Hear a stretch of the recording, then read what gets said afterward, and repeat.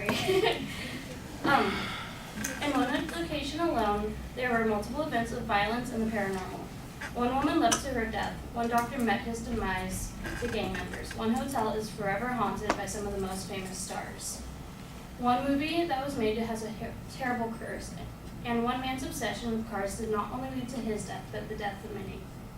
Hi, I'm Kylie, and today I want to explore with you the oldest urban legends of Hollywood. Today we are going to look at the Hollywood sign, a hospital, the Roosevelt Hotel, the Poltergeist curse, and James Dean's cursed car. So the pinnacle of Hollywood is the Hollywood sign. It's basically how you know you're in Hollywood, LA, the place where some of the most famous stars are. So this is back in 1932 when it said Hollywood Land instead of just Hollywood. They later took away the land part because Hollywood just sounded better to people. This is Peg and Twizzle.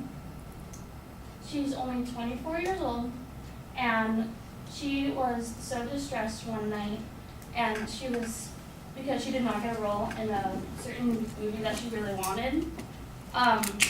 She later went to the top of the H in the Hollywood Land sign, which is about 45 feet up in the air, and leapt to her death committing suicide. She left a suicide note that reads, "I am afraid, I am a coward, I'm sorry for everything. If I had done this a long time ago, it would have saved a lot of pain." And she signed it with her initials PE. Many people, there's many witness accounts of people seeing a woman in 1930s clothing when they're going on the hike to get to the Hollywood sign.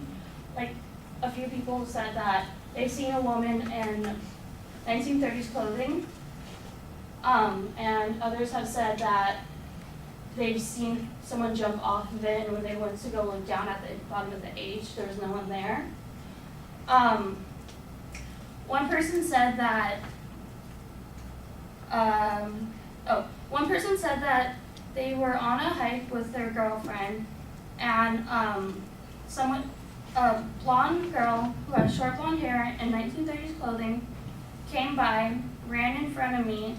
I almost had a heart attack, and I went to go chase after her because I thought she needed help.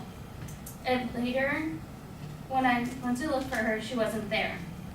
So this is most likely a sighting of Pig and Twizzle. Okay. Now moving on to the hotel. The Roosevelt Hotel.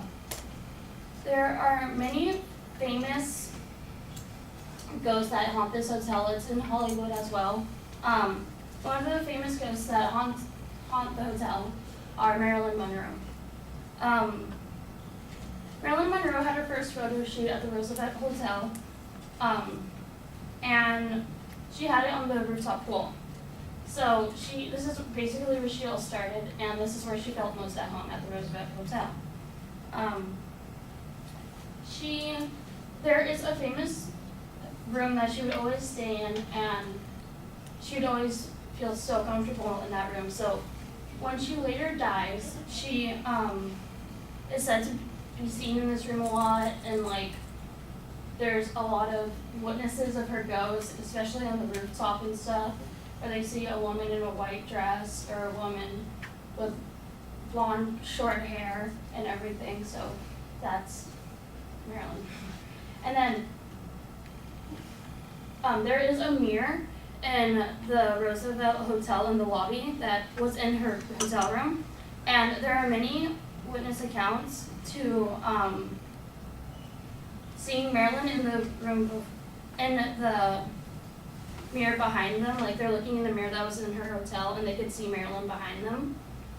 And then another famous ghost that haunts the hotel is Montgomery Clift.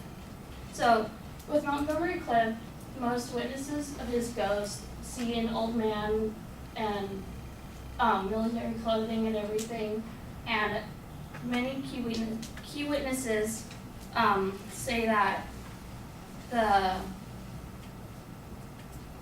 They say Clift is something of a belligerent spirit, frightening guests by tapping them on the shoulder or scaring housemates by brushing past them in the hallway. Not surprisingly, the maid staff turnover rate is rather high. So, Montgomery Clift went to the first ever Academy Awards, which was in 1921, and it was hosted at the Roosevelt Hotel. So, he won one of the awards, and he always felt like he's very well known there. So he's haunting it in his past life. Now on to the poltergeist curse. So to start out with a quote, with the most famous child. Okay, so this child right here is the main child in the poltergeist curse, or the poltergeist movie. And it said that she has, she died from a septic shock, unfortunately, when she was just 12 years old, and it released toxins into her bloodstream. So everybody who's worked on the poltergeist has died. Died or like gone killed or any of those things, because they used actual human remains on the movie set. This is an actual skeleton that was on the movie set that they used. On to Linda Vista Hospital. So Linda Vista Hospital is a haunted hospital that one doctor was killed in because he failed to revive a gang member. The gang member got mad. The gang members, people, got mad and they killed the hospital. So this hospital, or this doctor, can be seen roaming the halls.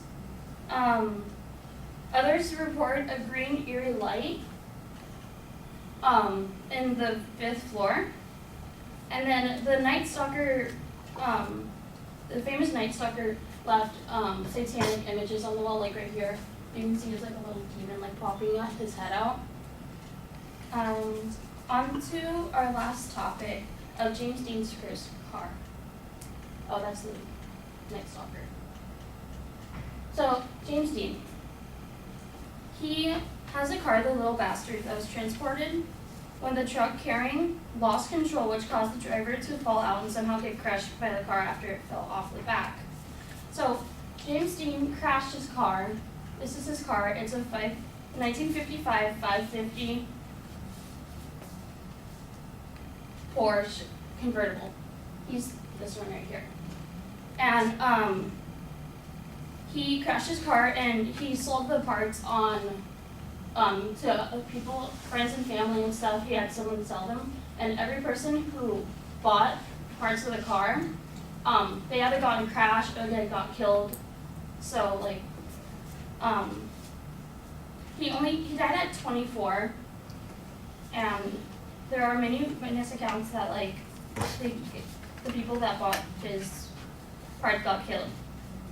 So today I explored with you the oldest urban legends in Hollywood, and I hope that you guys learned something new today.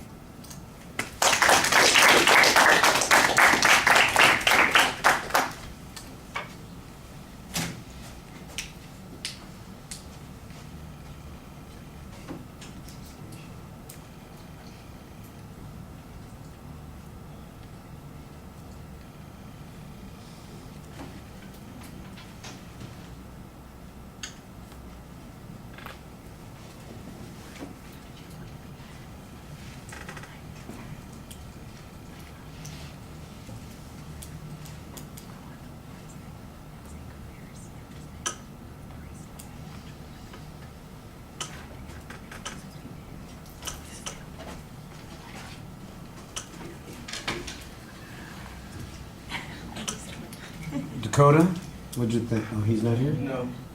Oh.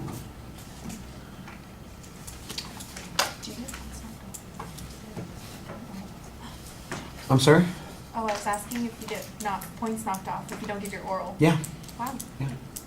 Well, you don't get them knocked off, you just don't get the points that you would have gotten. Was like 5? Yeah. Okay.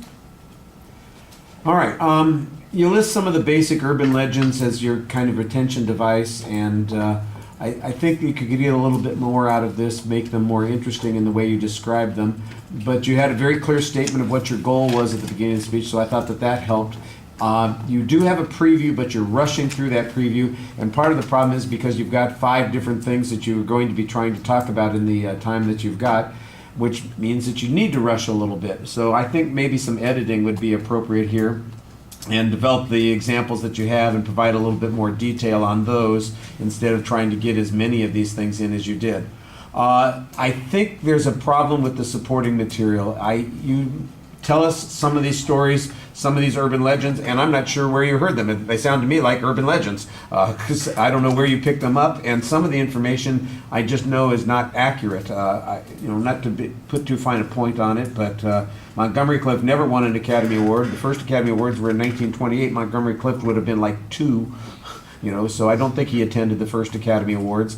And there are just things like that in the presentation that get said. There's no signposting, there's no source citation on any of these things. I don't know where you got the information. The Hollywood Land sign, for instance, the reason it said Hollywood Land is because it was a real estate promotion that put up the Hollywood sign for Hollywood Land right there, and they didn't take down the land part because they thought it looked better. It's just one of those things. It was kind of decrepit. The whole thing fell apart, and once it just said Hollywood, they kept it there. Just little things like that I think are a little bit problematic. You've got half of a story. I don't know where that half of the story comes from, and sometimes the things are a little, they're slightly off or they're flat out inaccurate. And so you really need to be careful about the content here, and you need to cite that information more. I think you've got interesting stories. But I don't even remember if you told us the name of the girl in Poltergeist who died, how many of the Poltergeist films that she was in. You just start saying everybody who's made these films died. And I'll go, well, some of them died because they got old and died. The director of the first film died last year, and he was, in his 70s. So when you say he died, everybody died, I think that's a broad generalization. You need to get specific. And did they die in unusual circumstances? Everybody dies, so I'm not sure that that's unusual. What you're talking about is that there's a curse that supposedly goes with this film, and you should tell us what some of the ways in which people died and what makes it seem like a curse rather than just natural deaths. There's a whole bunch of these sorts of things that you think you're presenting it as if there's a mystery or something supernatural about it, but you don't present it in a supernatural way. You present it in kind of